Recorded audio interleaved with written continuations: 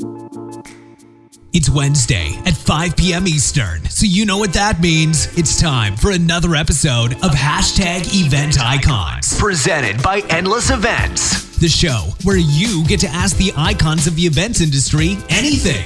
Use the question panel on the webinar to submit your questions, or you can hop on Twitter. Submit your questions with #EventIcons. We'll be answering your questions live during the entire show. Before we get started, the more people we have watching, the better conversation we can have. So please help share #EventIcons on Twitter and Facebook. Just tell your friends to watch at www.event-icons.com. Now, without any further delay, this is #EventIcons.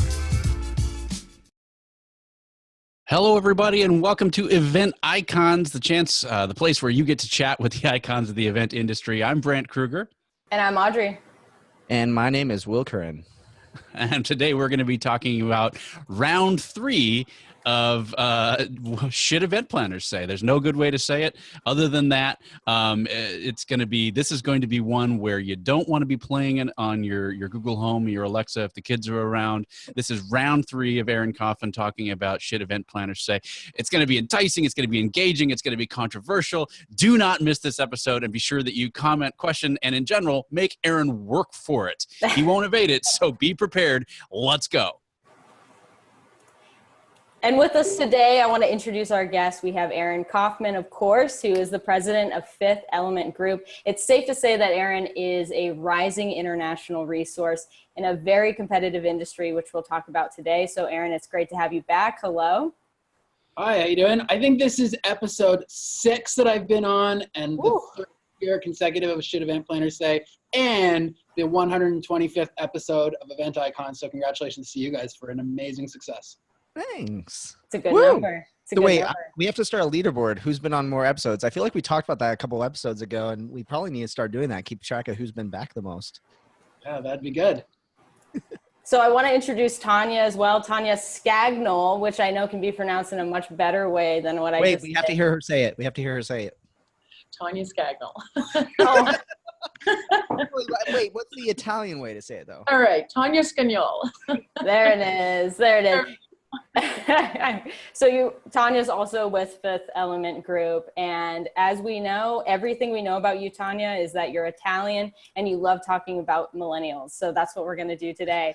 And just a reminder for everyone who is connected, make sure that you join the conversation on Facebook, on Twitter. Use the Zoom Q&A panel. This is your time to ask the questions to the icons. So let's go ahead and jump in. We always like to get us warmed up. And I think, Aaron, we already know this about you, but we want to know again. Maybe your story has changed. But what's your story? What got you into the event industry?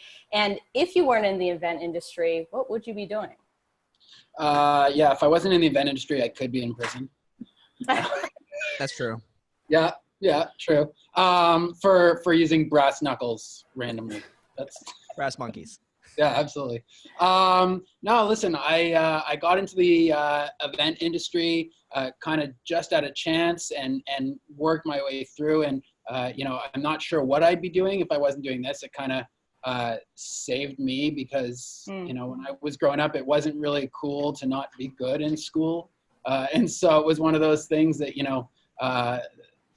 getting into this and being able to have an outlet for creativity and also, being able to be considered a leader in the industry of events without, 10 years of education and MBA and all those types of things is something that, I think was life-saving for me. And so here I am and I have a great pedestal to speak from and have a great, I think, I have a great platform to be able to change the way the industry is run and the way that people see the industry. And I think, hopefully before I'm done, I'm going to be able to make some impact. I think that's a general life goal, is connecting the work that we do to greater impact in the world. So that's awesome. Tanya, I want to ask you as well, what got you into the event industry and working with Aaron, of course? And if you weren't doing this, what would you be doing?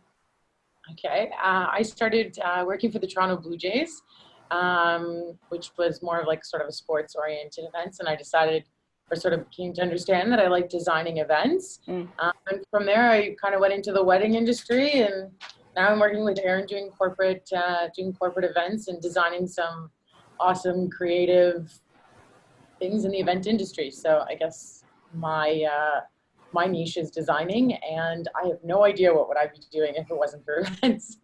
It was a good high quality poach on my part. Nice. I have a question, Tanya, because Aaron obviously said like, hey, we got to get Tanya on this show. Like, how did Aaron describe what this episode was all about? He didn't tell me very much because this is something that I would say I've never done before. So he was just kind of like, well, you'll get to learn and see what everybody talks about. But he said it was quite controversial. And he's in it to stir the pot. Love it. Love it. That's awesome. And Aaron, what have you been in the past like year or so? What have you been up to? Like anything cool? Any cool news to share? Yeah, I mean, obviously, that I'm going to start by reminding everyone about the Search Foundation, the awesome work that it's doing. It's jumped leaps and bounds from where it was even a year ago. We have an amazing program, which is the Search 100, which is people giving $100 a month in perpetuity until you die. And so that's been an amazing program for us. Here at Fifth Element, I think, a couple of things that we've done. I think we're really working hard to kind of change the event industry and really focus on live experiences. So I think that's something we've spent a lot of time over the last year working on. The other exciting thing is that we opened an office in the United States of America in Chicago. And we're loving that and have an amazing producer there, Erica Lomar, who's running that office and doing an amazing job. So we've been privileged to do some really unbelievable events across the U.S. in the last year, and that's been cool. But I've yet to be invited to Arizona. And I know the ILEA chapter there has promised me as well, so I'm hoping to get there real soon. Good thing I don't book the speakers. Yeah, absolutely. All right, well, you guys ready to start diving in? Let's hit it. Okay, well, here's the first one that we've got for you, and it's a pretty good one. Nice little softball for you to start out with. So here you go. We really need to book someone really famous to make this event successful. Go book someone famous. Cool. Go ahead, Aaron. Listen. First of all, I think number one, there's booking someone famous isn't necessarily all it's cracked up to be. So I think you want to make sure that person is advancing the message, right, or doing some good for whatever the cause is, right? So if you're just looking to book somebody famous for the sake of having someone famous, I guess that's a thing you can do. But ultimately, I think the experience of the whole thing is far more important than the person who's there. And so I think that's something we need to start looking at as an industry, like what, the basics of it, the who, the what, the where, and the why is so crucial. And we focus a lot around the why. So I think that's something that, great. You want to go book someone famous, call a booking agent. I could give you a list of 10 real good ones, but unless you're sure that you need someone famous, why bother? What about the response that, that you need that for some kind of draw that, with everybody looking associations and things like that, really desperately trying to get more membership, more people, what about that pushback that you need that big name in order to get people to come to your event? I mean, I don't think you do. I think what you need is you need an overall experience, right? You need an overall idea of what the purpose behind the event is. I think people are going to come for the cause, right? And so I'm working with an unbelievable charity in Chicago right now who does amazing work on Angelman syndrome, for example, and it's called FAST. And, they get a great mix of celebrity and non-celebrity, but their favorite part is that they have a band that they've been working with for years and they pack the dance floor, and they're not famous. They're just a really great local band. And I think that that's something that they stay true to, and they could get a famous act. They just don't, because, people are coming to have a good time, to be there and support the cause. And I think that, you scale based on the support that you can get. And I think you shouldn't try to throw a gala for 1,000 people, if you don't need to. I think at the end of the day, it's your bottom line and margins that you need to be looking at. And I think as an industry, because we're very juvenile when it comes to a lot of those principles, we don't get that part. And most other businesses do. So I was gonna say something too. I think it also creates this like crappy rabbit hole to go down too, right? Like you book someone famous, and then most events people want to do them multiple times, right? Like no one's here out to be like, I'm gonna do an event once and that's it, right? Usually it's like whereas yearly. You book someone huge, how are you gonna like top that again next year? You're gonna get to this point where before you know it, you're gonna need to like bring Tupac back alive with a hologram.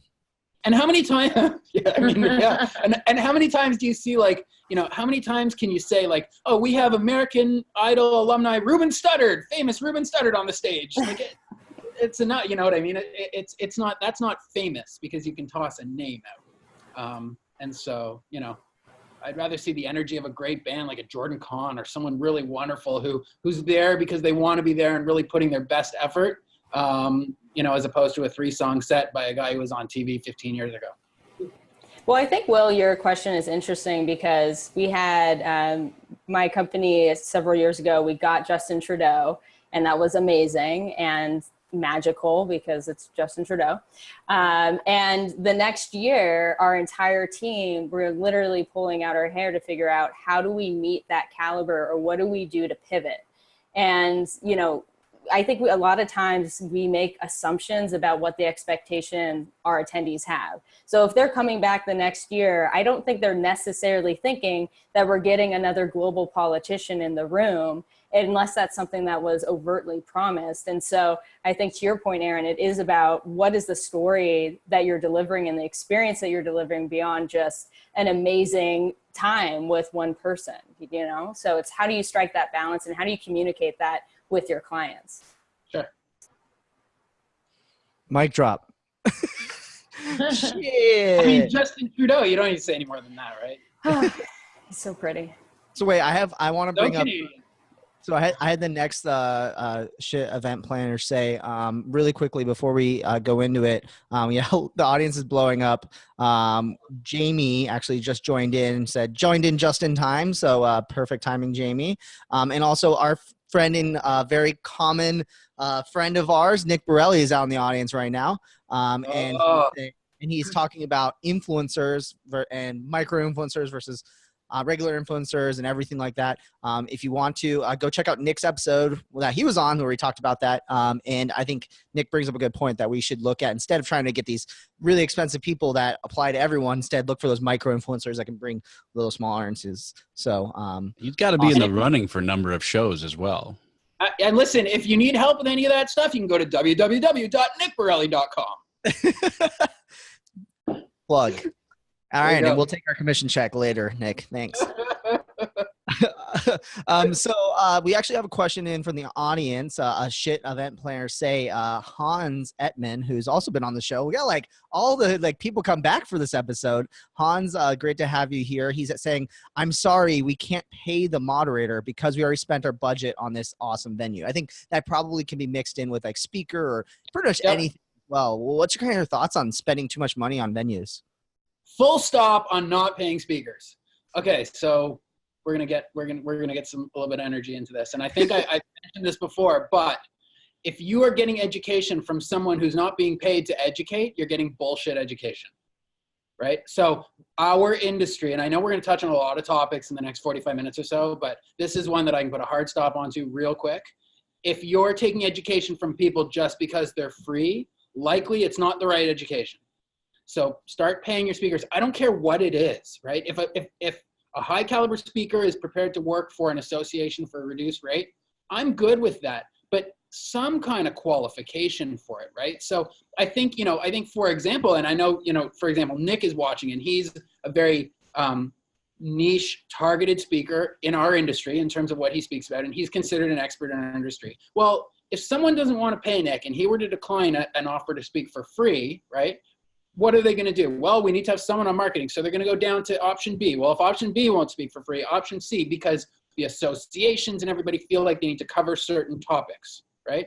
Bullshit, bullshit, bullshit. Stop it. So what we need to do is we need to have a real list, a real educated, well-rounded, experienced group of speakers who are all delivering the same message.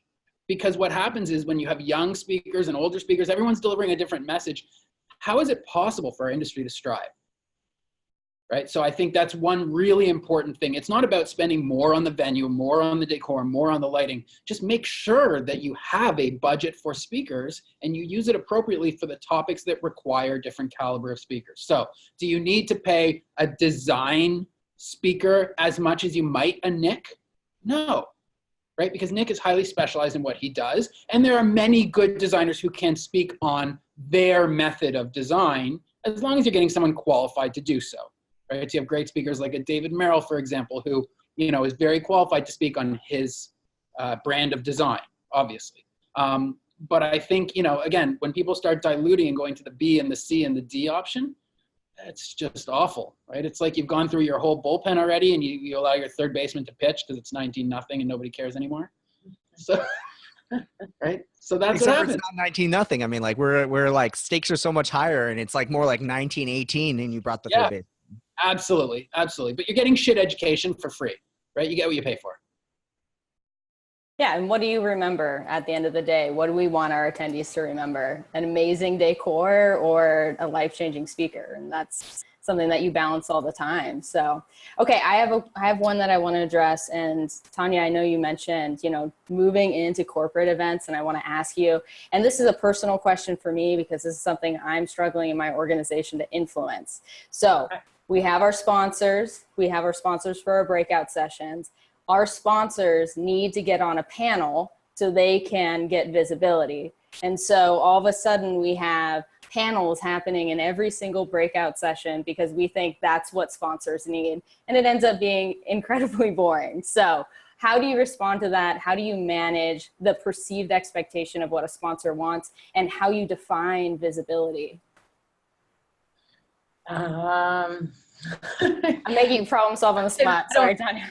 I would say that I usually don't deal with sponsorship. Okay, so good. This is a bit out of Just kidding. my zone, but of expertise. But I guess Aaron would be the one to talk to how we deal with that, and I would be the one to sort of deal with how it's designed and the flow of the event. So.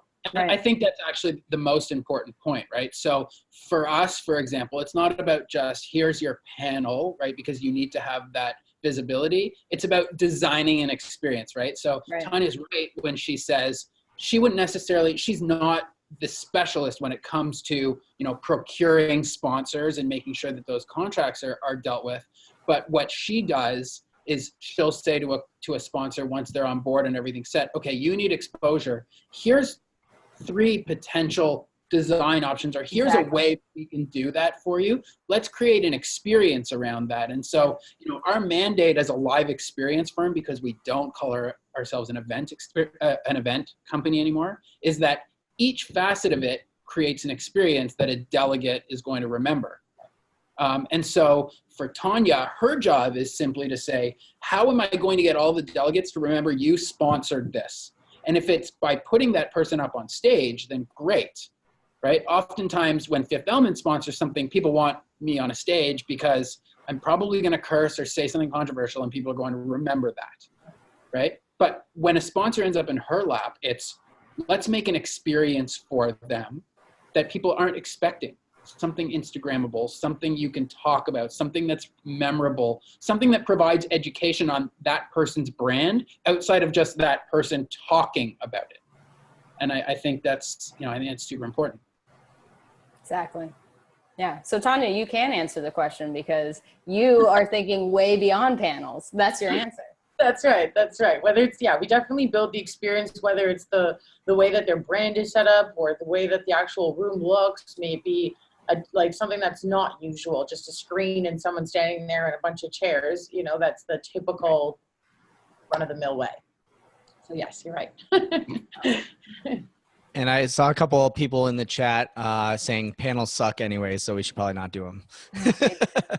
Yeah, you know, I've been on a couple of panels in my life, and I think we can all determine how that worked out. So, I think for anyone who doesn't know how a panel works, if you're a panelist, your pretty much sole goal is to try to talk as much as possible. So then you like get a fighting competition who can talk the most. Absolutely. So no one wants that. Okay, I got a good one, and I'm going to say it because I am definitely in the group. But for those who don't know, I'm a millennial, technically, I think in age, but not in thought. But the thing that we hear a lot is these days is like, we have to think of the millennials. The millennials are they love to be on their phones. We have to think how to integrate technology for the millennials, this and this and this and this. So I'm going to kick it over to our resident expert in millennials, Tanya. So like, how does that make you feel on the millennial side thing when people are just saying like, we have to think of this way and, all that stuff? I'll let you talk about it. Okay. So I think it's certainly something that needs to be addressed. I mean, if the majority of the people that are working for you are millennials, there's something to be said that, the majority of the people that are working in a certain way. So I think, if it is about integrating sort of things like Instagram and it's even Aaron and I, like we communicate a lot through design, through sending each other Instagram pictures. I don't know that Aaron was probably Mr. Instagram or like Mr. Instagrammer before that, but I think him and I communicate a lot using that app. And that's where a lot of course, an outlet where millennials tend to spend a lot of time. Sure.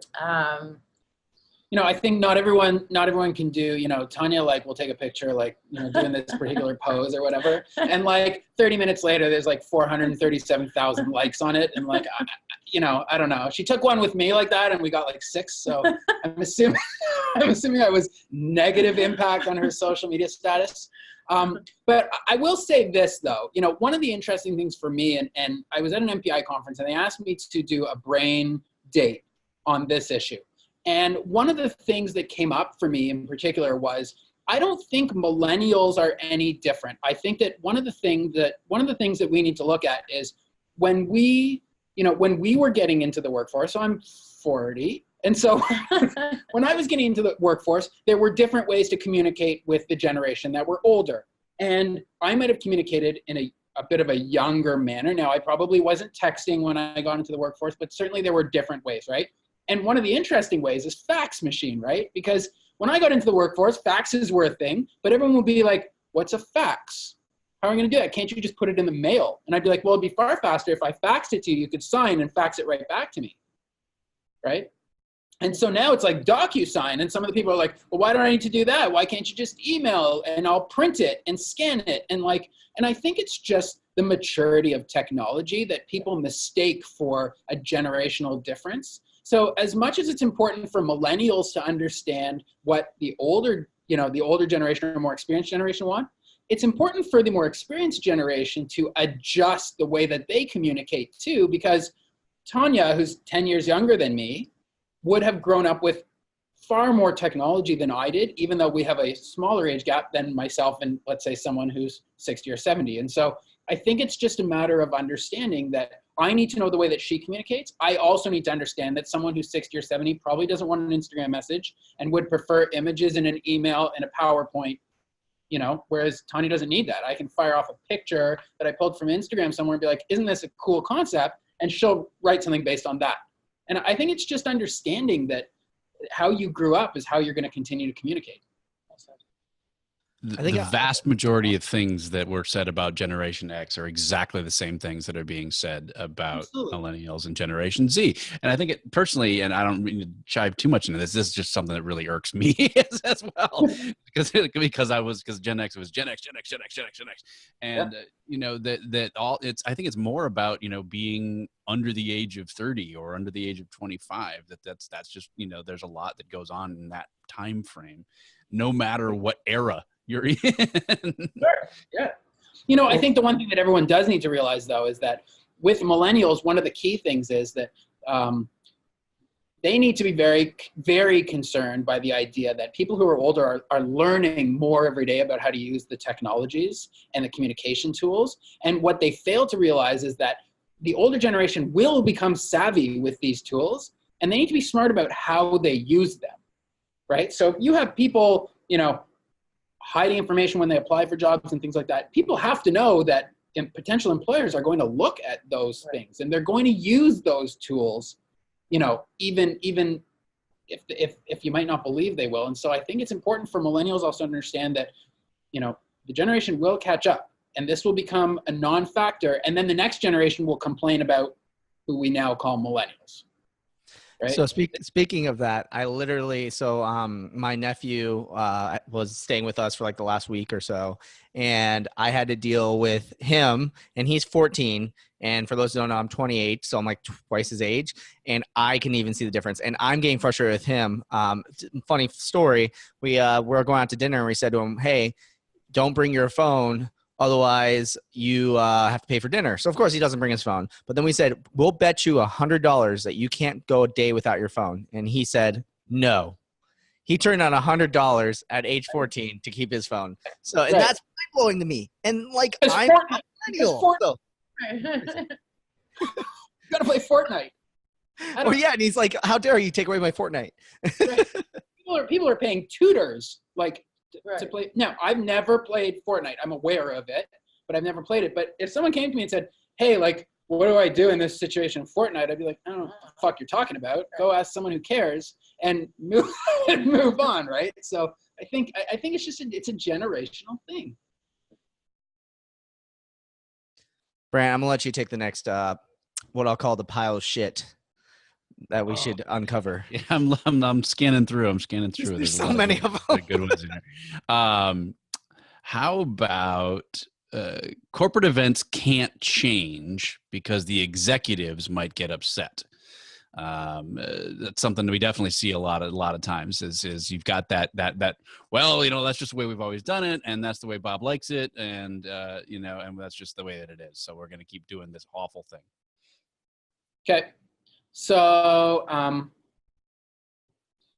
I don't know why our industry gets saddled with all of this nonsense. So let's just be 100% clear about something. When the executive at any company goes and hires their accountant, and the accountant comes back and says, "Here's how we need to do this for you to shelter some money from whatever, right? From paying tax or whatever else, right? And of course, everything above board."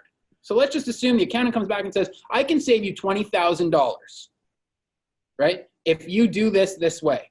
Do you think the CEO or the CFO is going to turn and go, "You know what? No, because we've always done it this other way. So stop trying to save me money and stop being the expert in your field. And instead, just do my taxes the way they've always been done."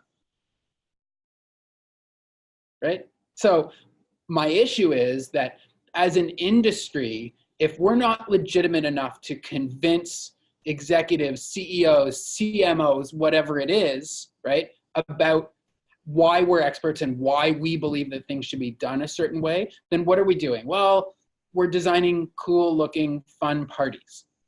And we do not want to be party planners because party planners don't make money. So this is one of the fundamental issues in our industry. And I've been doing a talk around North America on what CMOs look for in events, right? And especially when I'm working with Tanya and our design team here, one of the things I talk about is everyone wants to talk about ROI, right? What's the ROI on my event?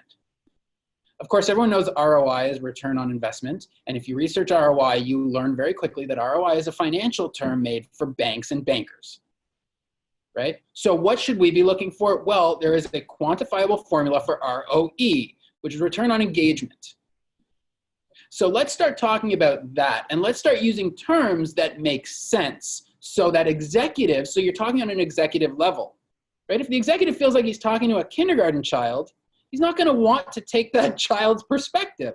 And I think that that's often the way they look at us. And so when we sit down to design an event, the first thing we talk about is, where does the impact need to be? Where does the engagement need to be? And this is why having someone like Tanya on our team is so important, because she understands how to make that happen and how to show value, so that when we go into a client, it's not just, here's your cool party.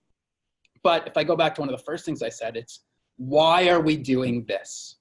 Why should you let us do this? Why is this important for you to do? And here's how we're going to accomplish your objectives. So we never just say, okay, here's your event. We want to know why. What's important to you? And even for a corporate event or a meeting, what's important? Is it important for your employees to feel more engaged? Is it important for them to feel excited? Is it important, like what's the meaning behind what you're doing, and how can we add some real simple terms to it and make you realize that we're experts in this field. We study this field. We have designations in our field, although there's way too many of them and they mean nothing, but we have them. And so, you know, I think that that's one of those things that when you have a well-rounded company, if a CEO is going to a decor company and looking for new results, that's not happening, right? So I think you have to have a well-rounded company that is constantly being educated and constantly learning and constantly growing and understanding that the experience is what matters and the event matters not at all. How do you push back on that to when, you know, because it's usually not phrased, you know, because that's the way we've always done it. I mean, that's usually the subtext, right? It's what's lurking underneath, you know. And I've seen so many of those shows from the back of, you know, Tech Table, where, and you know, every year the CEO comes up and has his little speech that he does every single time. And I've got a very specific person in mind. That's why it's a he. Literally he did it every year, the same speech. Sure. And if you even tried to challenge that in the least, like, you know, hey, maybe we could end with some music or something like that. No, yep. That's what he does. So how do you handle that when clients push back at you like that? I mean, the truth of the matter is that I'll go to someone and just say, well, if it's always the way you've done it, why are you coming to me now? So, and I'll give you a great example. So we do, the Toronto Region Board of Trade is on their 131st annual dinner. They came to us at 127, okay? And they said, we have to start changing things. And what we've done is we've taken some baby steps, right? It's 1,500 C-level executives who walk into a room for a 2-hour dinner. They all get to show their faces and do whatever. And there's a big speaker. Last year was Dan Doctoroff, you know, bring in a bunch of, you know, C-level people to talk. But a couple of years ago, we finally said, you know what? We're going to do an opening sequence to this. And we brought in this amazing drum crew who's going to come up on the stage, and then we all sing "O Canada" and everything else. But we brought the drum crew as a parade past the head table, and the mayor was sitting there, and our premier, which is like your senator, was sitting there, and the whole bit, right? And at first, the CEO of the Board of Trade said to me, we can't do this. The mayor's going to be very upset that drummers are coming past his ear, and the premier's not going to like it, and whatever else. And of course, after, you know, we did this big intro, and then, you know, everyone was quiet much faster, and the flow went better. And the premier came up to me after and said, that was really fun, you know, whether he liked it or not, didn't matter. But it worked. And so the following year we got to do something a little more fun. And then we added you know, stick around after for some drinks and some networking. And we then added that value to the sponsorship package to say, here, if you're going to buy the pre-function area, you now get a post party, and you can do a giveaway. Like, you can activate whatever you want to do in it. And so I think showing tangible results, whether it's staying more on schedule because you've added something in, right? And we all know, for example, as opposed to someone getting on the stage and going, shh, 10 times, if you show a really high impact video and then it ends and the light comes onto the stage, you know that most everyone's going to be quiet at that point. They know the program is starting. So I think showing some tangible results in some of the changes you're making, and gaining the trust of the client really is going to help in that area. If they don't trust you, yeah, I think, and you know, for me and for us, that's something that I think is really important. This episode is so therapeutic. It's my calming voice. Right? I love it. Yes, and your very calming presence, Aaron. Yeah. So we have as Will said, we have a wonderful pile of shit here. God, I hate saying that. I'm never going to say that again. We've talked about wonderful pile of shit or just pile of shit. Maybe it's better if I say golden pile of shit. No matter what, I don't like it. Beautiful. A beautiful pile of shit. Yeah, if it's spray painted, I don't know. Okay, anyways. It's a pretty pile. It's a pretty pile. Sure. I have a feeling this is going to be the clip that's used as like the highlight reel from this episode. Oliver, I'm just afraid to look at my Twitter where Alex is like, quote, Aaron likes a pretty pile of shit. Amazing. So I want to go back to generations. We're talking about perceived differences and with millennials, and I completely agree. I love how you frame the fact that it's really comes down to technology and the way that we're communicating. In our industry, we also know that we are prone to ageism, whether it's within our teams and the expectations on site with clients and who we showboat and this and that. So kind of wide open, but want to get your thoughts on how we are managing ageism.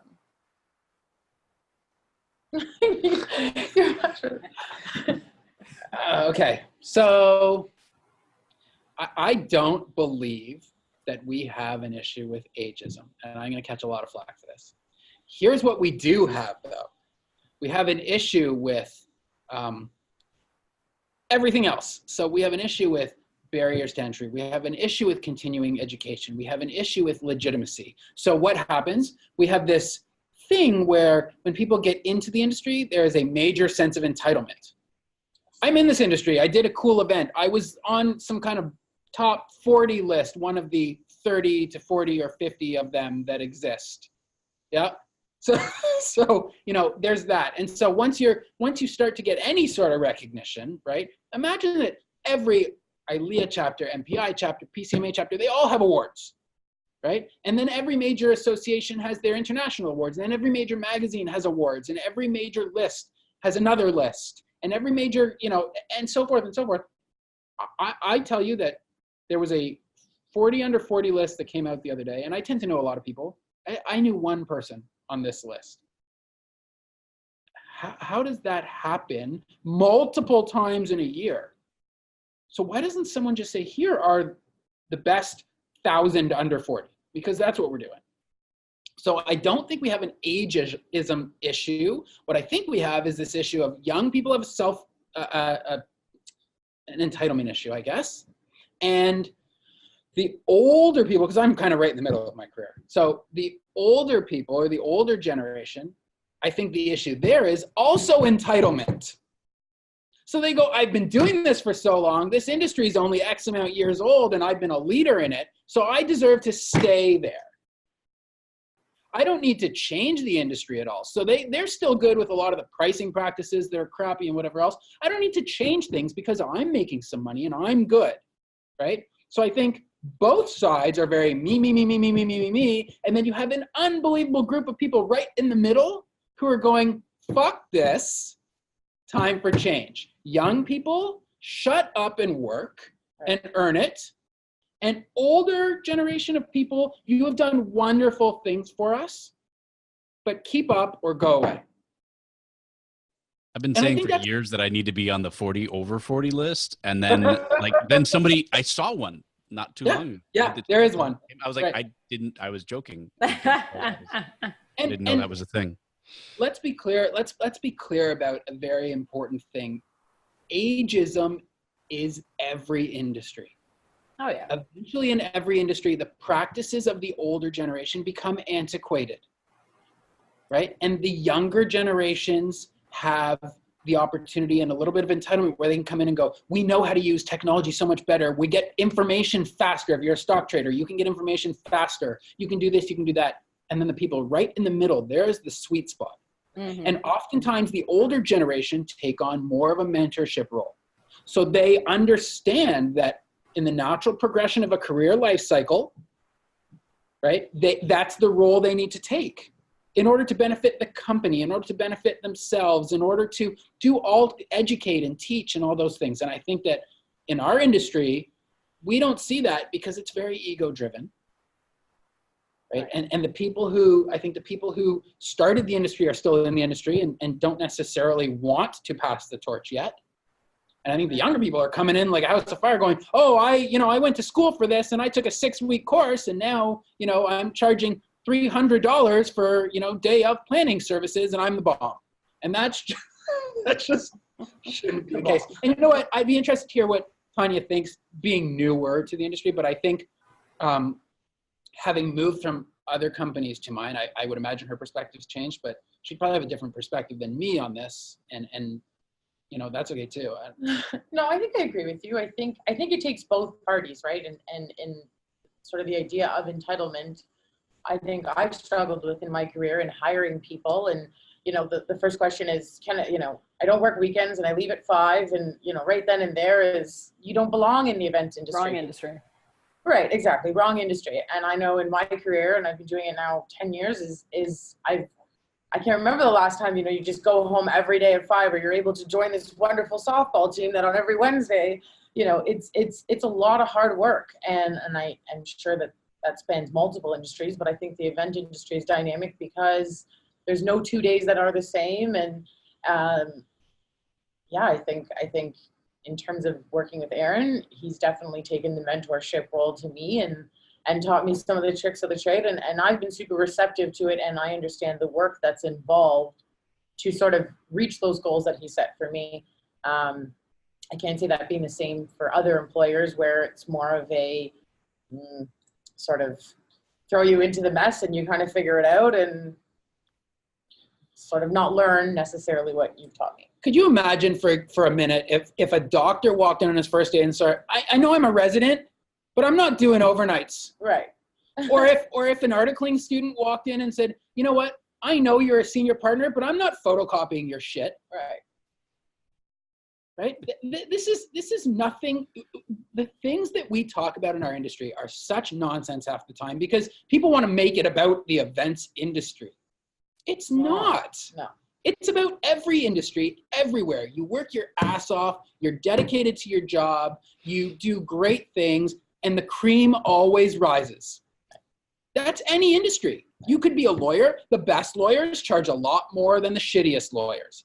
That's just what happens. Some people are better than others, right? I have 3 small children at home. Oh, I am teaching them teamwork and inclusion and all the important things that I think our generation has had the luxury of learning about. I also am so careful to teach them to win or to try to win. If they don't win, that's okay. And learn how to lose. That's right. But you got to work to win. And I think that that's something that our industry just doesn't get. All of these things that we talk about come back to that, right? So I think what we need to understand is we are a business and an industry like any other one. And if you go look in advertising, marketing, PR, doctors, lawyers, accountants, the cream always rises. The hardest workers always win. And if you want to win, you better put in your time and put in your effort to do it. We had a great comment that came in from Kathy in the chat saying that she's a boomer with 25 plus producing events, keeping up with the trends. Stop calling us old people. We're wisdom warriors. I enjoy working with multiple generations. Age is nothing but a number. Holla. I'm down with Kathy. Loved it. We have a little bird told me to ask you about tenure. Tenure. What's that? Like when you I know what tenure is. I was like, how do I describe what tenure is? Listen, tenure doesn't mean anything unless you're on top of your game. So you never are deserving, right? And if you talk about, and I like to use analogies, as you know, right? And so if you look at sports, for example, you can be on top 1 minute and in the minors the next minute, right? For events, for example, same type of thing applies. You got to keep getting better. You got to keep raising the bar. You got to keep upping your game. I think that the tenure issue, I think, just goes back to this entitlement problem. And if we allow the entitlement thing and the tenure thing to take us over, I can tell you what's going to happen. And I said it, by the way, on last year's show, that I thought if we don't get our shit together, event companies are going to get bought out and a lot are going to go out of business and whatever else. And if everyone's been watching over the last year, companies are being bought out, there's mergers, there's acquisitions. This is just the way it's going, right? So tenure will mean nothing anymore because the best people will stay in their jobs. And if you're not willing to be the leader, to push the envelope, to raise the bar, it doesn't matter how long you've been doing this. You're just holding somebody else back. I love that. So the thing that I think we wanted to talk about, definitely, we don't have a lot of time left, and I think we're probably hinting at a round 4 coming up soon. But one thing that we definitely want to talk about was this kind of idea that creating a cause for everything. And it's funny, like I feel like there's always these corporate events, and I have had a corporate event recently that was like, we're going to raise all this money for our local charity, this and this and that. And I remember being on stage, and this client will remain unnamed, and they go, so how much money did we raise? And someone said, no one donated. And they said, okay, we'll donate $1,500. And like, you know, like the fact that there has to be a cause for everything and do all that sort of stuff. What's your kind of thoughts on that? I mean, obviously, Aaron, you're huge in philanthropy. What are your kind of thoughts on it? Yeah. So I'm going to be very careful about how I position this, and I don't do it very often because I respect the fact that people want to make change in our industry and in the world, as do I. I put a lot of time into Search Foundation. I know that EPTA is another amazing organization in our industry, and that's people specifically putting their time and their effort towards solving a problem. The problem that Search Foundation solves is we are able to give money to event people in crisis. EPTA is able to rebuild homes using their own hands, right? So it's a volunteer organization. Unbelievable. My challenge is that I read online in all the forums, Event Planners Gather, and all this other nonsense.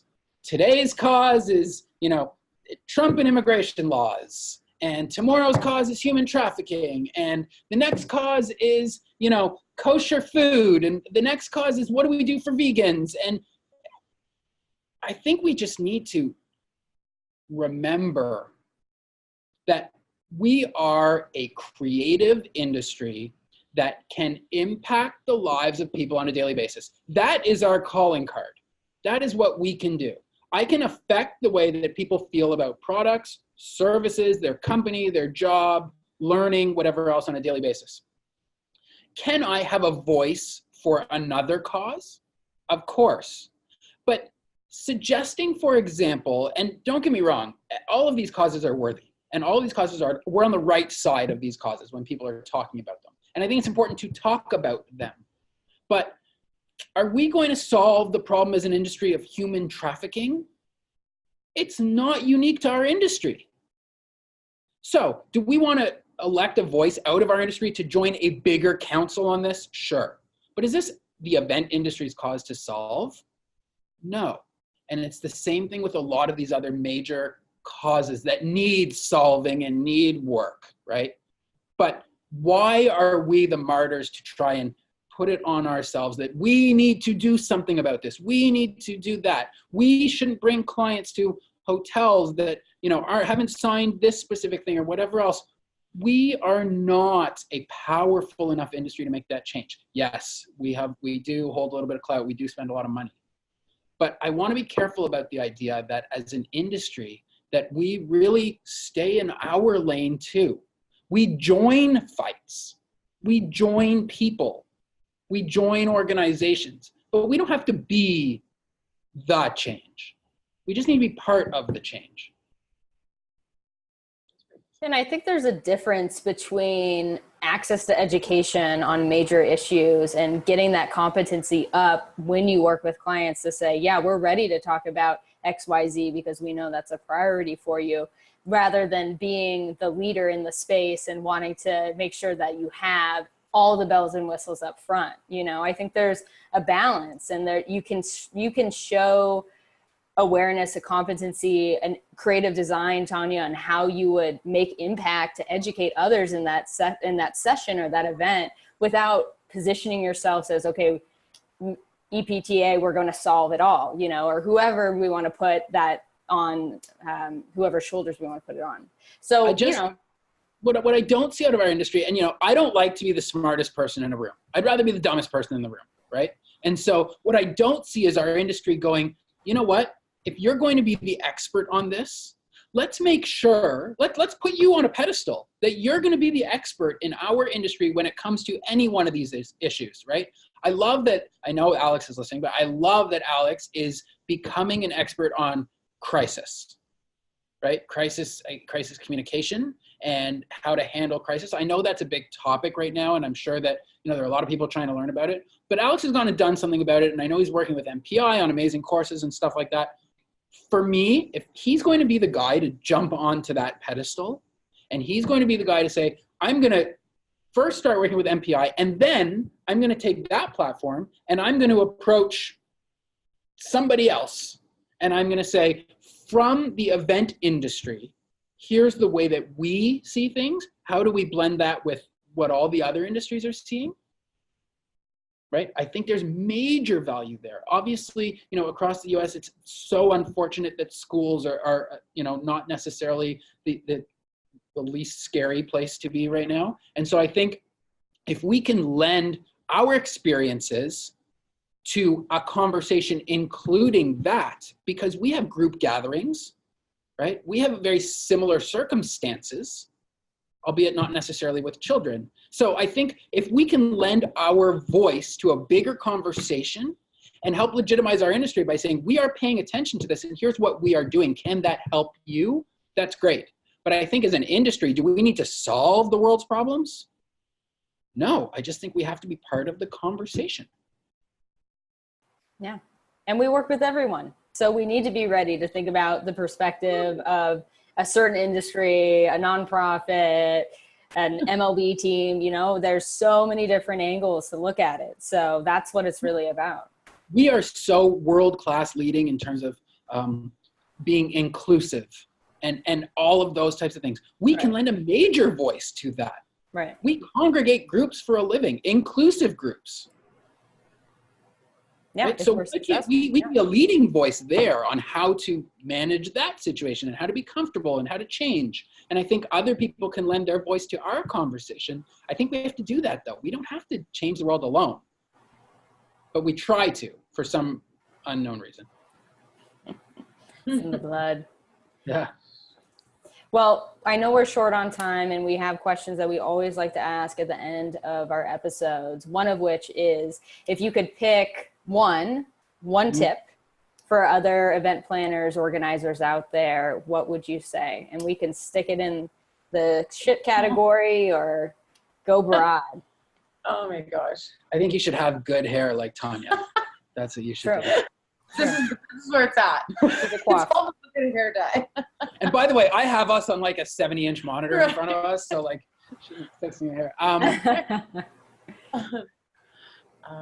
Geez, you go first. All right. I think still our biggest or thing we need to pay attention to is our business. I think we lack legitimacy. I'm involved in forums online every day where people are talking about, why it's okay to be a $300 day of planner, and I got my bills to pay, and so I'm going to do this and whatever else. All of that needs to go away. There needs to be some regulation to our industry.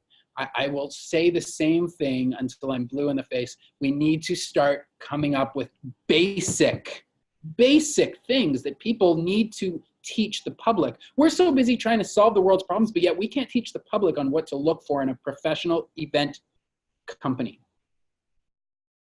Can you imagine that the public doesn't know to say, can I see your insurance policy? Right. That's insane to me. We hang things in the air. We do all sorts of crazy shit. And yet I know that 70% of the companies probably out there are walking around with either no insurance or the most minimum insurance policy you can possibly get. And the public has no idea. It's insane to me, right? It's kind of like an Uber driver. Sure.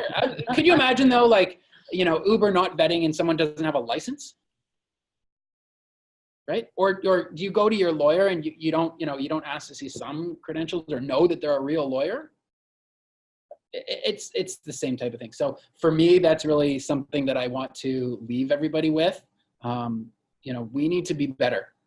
We must be better, or we're not going to be around. There are other organizations, companies, marketing, advertising, PR. They know how to do this better than we do. They just haven't realized yet that it makes more sense to do it in-house. But they will. So we need to watch. Yeah.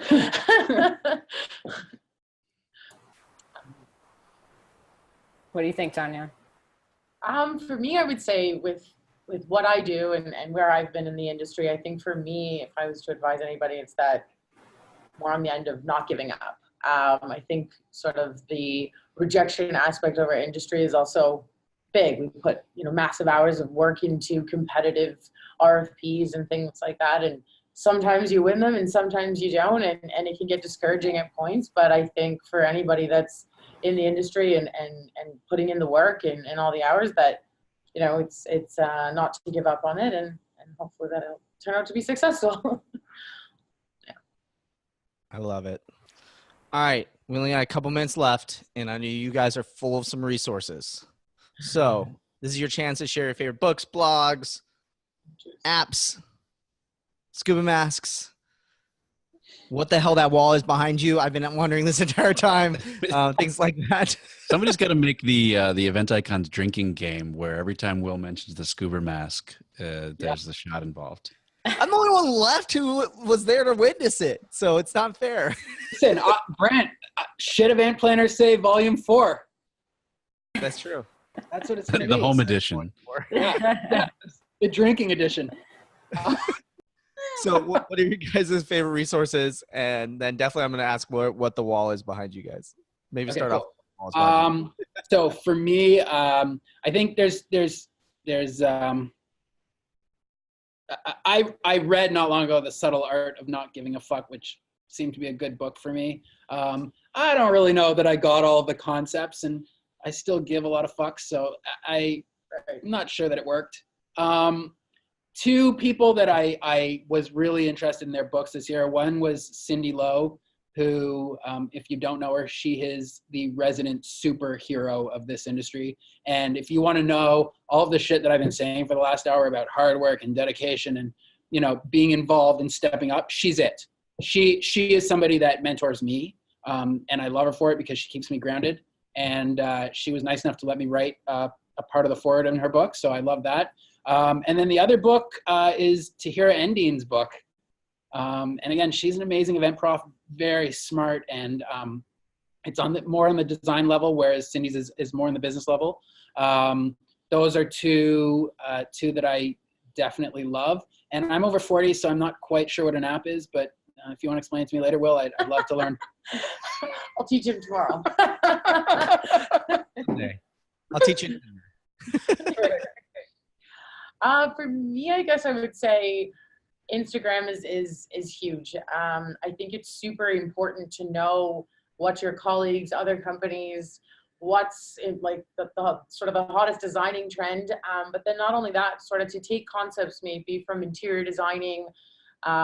It could be sort of like a table lamp and how do I find this? How do I make this wireless to put as a centerpiece or something like that? So I take a ton of inspiration from Instagram being sort of an image-based app that I think has opened a lot of creative doors for me in terms of finding stuff that's outside of the box and completely different. And actually the wall behind me was an idea that was not exactly that, but turned into that. We did this for an Andy Warhol themed event, and it's a paint can wall that turned into a step and repeat wall. But I got the idea off of a graffitied something or other on Instagram, and it turned into that. So if you want to look up, I do know what a hashtag is, at least at my age. It was the AGO, so the Art Gallery of Ontario's Art Bash. And you'll find that it was that was at the entrance, and it became very Instagrammable. Yes. A lot of celebrities were there and very high profile, people in the public eye. And that piece made it into a number of newspapers and publications and online, and BizBash covered it as well, which was wonderful of them. So we had mannequin heads with floral hair for centerpieces. It was a fun one. Yeah. That's awesome. And that's the Art Gallery of Ontario's hashtag, basically? I think it was AGO Art Bash. Yes. Art Bash. Yeah. Cool. Perfect. All right, cool. We'll make sure that gets into the resources. Well, guys, That's it. That's always so fast. And the next thing you know, up, really? Oh, dude, it is. That's it. So we're gonna have to save some powder for. Can I just do one more thing? I wanna finish by once again mentioning Search Foundation, because again, so important to me. In spite of having fun and having a good time, Search is doing a great event in Denver next week at ILEA Live. That's gonna be Wednesday night. We're doing an unbelievable event. The tickets are on sale already at the special event show. I'm going to be there. I'm going to be doing 3 sessions there speaking. So people can come see me there, but buy your ticket. The event's called The Bougie Basement. It's going to be really fucking cool. And, Search's mission really is to help people in crisis. And, when I read around the world, all of the shit that's going on and even, fires in California and whatever else now, I know that there's an amazing board of unbelievable people, both veterans and newer people to the industry who are doing everything we can to help. And so searchfoundation.org, again, as you guys know, I never ask for money, but I ask for awareness. So make sure you check it out and at least know it's there, because if you don't need it one day, someone might. And so, we just want to be there and be able to help where we can. So that's my good news for the day. And Will Kern's a fucking bear with that beard. I just got to say it. Poor Will. He's like Funko Bear or something. Funko Bear. So Aaron, where can people find out more about you and what you're up to and Fifth Element? Sure. They can go to www.fifthelementgroup.com. You can follow Tanya on Instagram at tskags. That's TSKAGS. You can find me at Aaron Kaufman CSCP or A Kaufman CSCP or something like that. I don't know. You guys will find it and post it. And Fifth Element Group's Instagram is Fifth Element GRP, because they wouldn't let us write group for some reason. Nice. Well, thanks again for joining us. We really appreciate it. And Audrey, yay! I got to be a host with you again. It's been a little while, so I'm happy to see you. And where can people find out more about you and what you're up to? Yeah, sure. So I'm kind of boring. I like to connect with people on LinkedIn. That's my jaunt. Oh. So hit me up there and learn about the work that I do outside of #EventIcons. Yay! And Will, we've got some shit coming up. You want to tell us about it? We have a ton of cool shit coming up. This is like the crazy week for EventIcons. We're going to be all over the country, actually mainly now I think about the Southwest. But we are going to be doing some live shows. If you ever watched us do this live at IMEX, which Aaron was part of that first. Been there. Super cool. Say it was episode 33, something like that. Sure, I'll take it. 33. Yeah, Either that or we're going to point to a random episode that. There you go.